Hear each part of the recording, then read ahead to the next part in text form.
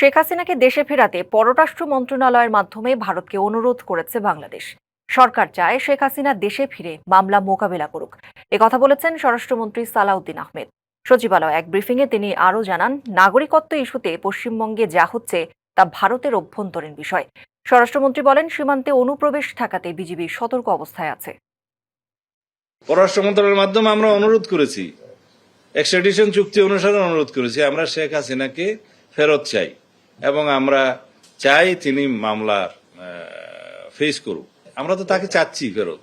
তো এগুলো ভারতের অভ্যন্তরীণ ব্যাপার, তাদের সিটিজেন নিয়ে তারা কি করবে, কিভাবে সিটিজেনশিপ নির্ধারণ করবে, তাদের হতে নির্বাচনের প্রতিশ্রুতি অনুযায়ী বা তাদের নীতি অনুযায়ী তারা কি বলবে, সেটা তাদের সম্পূর্ণ নিজস্ব ব্যাপার।